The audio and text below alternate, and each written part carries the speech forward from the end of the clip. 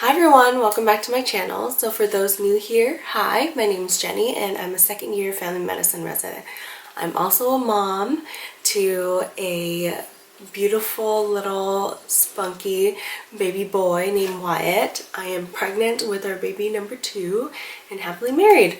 So that's a little bit of rundown from me for those new here. So a couple weeks ago I asked you guys about your assumptions about family medicine as a career on Instagram, and you guys sent it to me. I'm not gonna lie, and I said a lot of them did make me feel really sad, but I would like to share with you some of those today and maybe talk a little bit more about it. And at the end of this video, I hope you guys learn more about family medicine rather than just what you hear from people and just basically assumptions.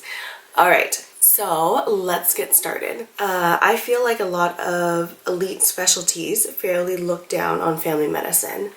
I would say I have to disagree with that from based on the people that I've worked with in the hospital and in outpatient.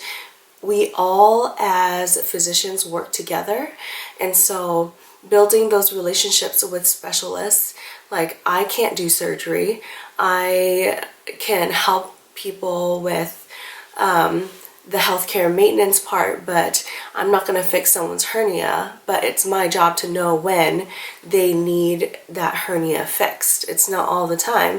And so I feel like it's the family medicine's job to do good workup and provide good patient care and know when is the right time to pass it on to the right specialty. Same with labor and delivery. As a family medicine physician, everyone is trained to deliver babies. And I can still choose to do that when I graduate. It's just how comfortable I feel doing it. And I think it's my job to know when, okay, this is low risk, I can deliver this baby on my own, or this is more high risk and I should pass her along to a specialist like an OBGYN who will be better to manage her throughout her pregnancy, if that makes sense. Once you finish residency, you only see adult patients and no more children or OBGYN patients. Sad face. Oh, I can't speak on that because I have not finished residency yet, but the people that I do talk to, they still see a variety of patients, including old people, newborn babies, toddlers, teenagers, and OBGYN women. And so I am not concerned that my practice will only be old people. That is usually more internal medicine because they do not do OB or pediatrics at all. Also, I think it's a benefit that I do OMT, which is osteopathic manipulative treatment. So I have a lot of younger people coming in for that, people who do CrossFit or who just fell, or you know, like those acute pain things that I can help fix. People, kids who are in sports, who've had concussions, things like that. I see a lot of kids in my office specifically for that. Or next assumption, don't make much money, can be a boring specialty. For the don't make much money part, it depends on what you see as not much money. Once you become a physician, you'll be the top 5 earning percentage of the population in the United States. Family medicine gets paid anywhere from $200,000 into rural areas who pay $400,000. And for me, I think that is a lot of money. My family doesn't need that much to live. I mean, we plan to pay back our school loans in 5 years, and so, or 3 to 5 years. So I don't know how much more money you'll need. Yes, compared to other specialties, maybe it's a little bit less because other specialties make in the 300, 400, 600,000. But really, do you need that much money?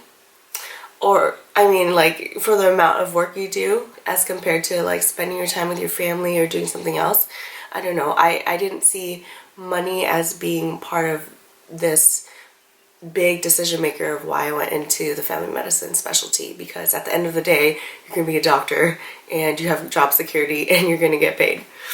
It can be a boring specialty. I would disagree with that. I would say family medicine is so exciting because I see so many different people. I see OB people, I see kids, I see trauma, I see chronic illnesses as acute illnesses. Yes, there's always that, oh, upper respiratory infection, you just have snot and you're a kid, or yes, you have heart failure, you know, things like that. Like, yes, I do manage those things, but like the other day, a kid came in, a younger kid who busted his knee open, and I had to suture his skin back together, and it was harder because it was a kid and he was scared. Or I have patients who come in right after that who need contraception, and I counsel them on an IUD, and I do a PAP and insert an IUD. Like, I feel like those things are very exciting for me. It's the connections that I actually build with patients that make it so interesting. Because I think I was talking to this ear, nose, and throat guy. No, it was an ophthalmologist. And he was asking me like why I chose family medicine and all that stuff. And I said, really, for the continuity of care. And he says, yeah, I totally understand that, because at the end of the day, like, the surgeries become the same and the things that you do become routine, but the things that are exciting, the things that make you stay, are your patients. And he loves his patients, and he does like those mission trips and helps people, and I don't know, it's just amazing. But yeah, like, I feel like at the end of the day, your patients are the ones that make your job exciting. People go into it because their board scores weren't high enough. I have to admit that family medicine as a general specialty accepts people with lower board scores. That's a fact. And it is recorded on all the databases, and I've tried to look it up. But that does not mean that we as physicians are not smart. It's like you're telling a person how they are as a doctor based on this standardized test, which does not take into account people who are bad at standardized tests, the connections that you make with your patients, your passion, things like that, like things that make a good doctor, or people who listen, you know, like when you go see your doctor, do you ask them, hey, what was your board score? Yes, they do ask you that during residency and during interviews, but like who they are as a person, who they are as to help you as a patient is what makes them a good doctor. The ENT doc asked me what are the 3 things that when asked in a questionnaire, what makes a good doctor, the top 3 are availability, if you are available for your patients, accountability, as in you will be there for them when they need you or be on time, and the third one is, I think, knowledge. Maybe. I forget what the third one is, but the top 2 that patients really care about is that will you be there for them when they need you? And are you easy to get a hold of, basically. So there's no point in being a good doctor if you can't be there for your patients. And it's a continued learning process. So I think a lot of people forget that medicine continues after residency, continues after medical school, and you're constantly learning. So yes, family medicine has bad board scores, or not bad, but like overall has an average of lower board scores. But at the same time, I don't think that makes them bad physicians. And at the same time, I feel like a lot of us are being grouped into that, oh, you're in family medicine, so you must have had a low board score. No. I am in family medicine because I love and I chose this specialty. There's a lot of assumptions between both. It says some people are saying, I've heard family medicine allows for a better work-life balance. And then other people are saying, even attendings will tell you you barely have enough time for yourself or your family and you work 12-hour days. Okay, so that's 2 ends of the spectrum. You guys have heard both. Family medicine has a good lifestyle versus family medicine does not have a good lifestyle. So I would say that in residency, no matter what residency you are, you will not have a good lifestyle, because I'm on inpatient medicine. I'm working 80-hour weeks. It's been like that for the last 2 months, and I've been sick, I've been tired, and mom guilt is for real right now. But when you graduate, once you become a physician, no one can tell you that you need to work more. You will feel guilt maybe if you do, like if you're family medicine and you do OB and you want to be there for the delivery of your patients, then yes, you will have to sacrifice some things, like spending more time with your family. But if you're okay with not delivering babies, or say you're okay with working part-time and making less money, then you will spend time with your family. Like, that's what I plan to do when I'm done with residency. I plan to work part-time, either 3 days a week, or 4 days a week is still considered full-time. So as a family medicine doc, if you work 3 days a week, that's part-time. You can do other things on the side and still make decent money to pay off your school loans, spend time with your family, and travel and whatnot. Our goal and our plan as a family is to still pay off my school loans in 3 to 5 years, and so however that may be, but I do not want to work more. I do not want to work more than part-time, just because Wyatt is growing up so fast. I think I was really sad the other day because I'm on inpatient. I go to work before he wakes up, I come home, I spend a little bit of time with him, Stan makes dinner, and then I literally pass out on the couch before he even goes to sleep. And by the time I wake up, he's like going to bed and kissing me goodnight. And you know, and I feel like I'm missing so much that I don't want to miss that. And I can work more when the kids go to school. So at the end of the day, I want to say that you will determine your work schedule, and you will determine how much or how little you will work. And family medicine is a specialty that is always in high demand, so I would say you hold the cards on negotiation. Let's see, this is going to be a really long video. Yeah, a lot of you guys are saying family medicine is boring. And I think I already answered that question. Let's see, I think this will be my last assumption that I will answer. Family medicine, they just refer you to specialists even when it's a minor, something minor. I think that there are physicians, family med physicians, who do refer out for minor issues. There's research that show that the people who are most, feel the most burnt out as family medicine doctors do refer more, as compared to the people who don't do more within their practice. I think it just depends on the type of physician that you are, or the type of, or the knowledge base that you have.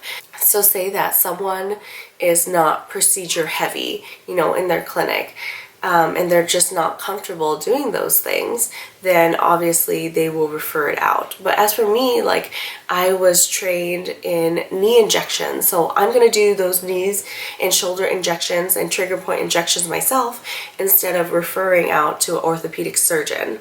I am trained in laceration repairs or skin biopsies, so I will do those myself as compared to referring to a dermatologist. I am trained in OBGYN, women's health. I'm trained to deliver babies, insert IUDs, insert Nexplanons, prescribe birth control medications. Like, I don't know if I want to deliver babies when I am done with my residency. I would choose to do the low risk pregnancies. I can do my own pap smears. I can insert my own IUDs. I can insert my own Nexplanon. If someone comes and they need like a pessary, that's not something I can do. So a pessary is someone who, like, say has prolapse in their older age, and a pessary can help hold things up and help with urination and all that stuff. Like, I don't put those in. I don't know how to fit those, and so I would refer that to an OBGYN. Yeah, but like, I feel like a lot of these things you can do the workup for yourself, and it's very exciting and interesting, and your patients end up trusting you. Can you hear Wyatt outside? So I think half of that is true because I know that, oh my gosh, what? So I know half of that is true because I know some providers who just refer patients out. But at the same time, there are many, many, many, many providers who do not and who do like basically full spectrum family medicine, and that's the doctor I want to become and who I'm striving to be. So I hope you guys learned a little bit about family medicine in this video. I hope I changed your minds a little bit. It's a very exciting and fulfilling profession. It has good work-life balance if you're okay with making a little bit less money. Not to say that it's no money at all, but it's still like a lot of money to me. And yeah, like I hope you guys enjoyed this video. I really hope that we have more good family medicine docs out there because our patients really need it. If you guys have any questions, please leave them in the comment section below. Sorry for all the background noise. If you haven't already, please subscribe and I'll see you guys next time. Peace. Dice. Your dice? The worst. Oh, that fell down? Oh yeah, you want to build a house? That is it pretty? Yeah, you're gonna build a house. I just did it. Yeah. I did it. Yeah, you put this one down and put that one next to it. Yeah, wow.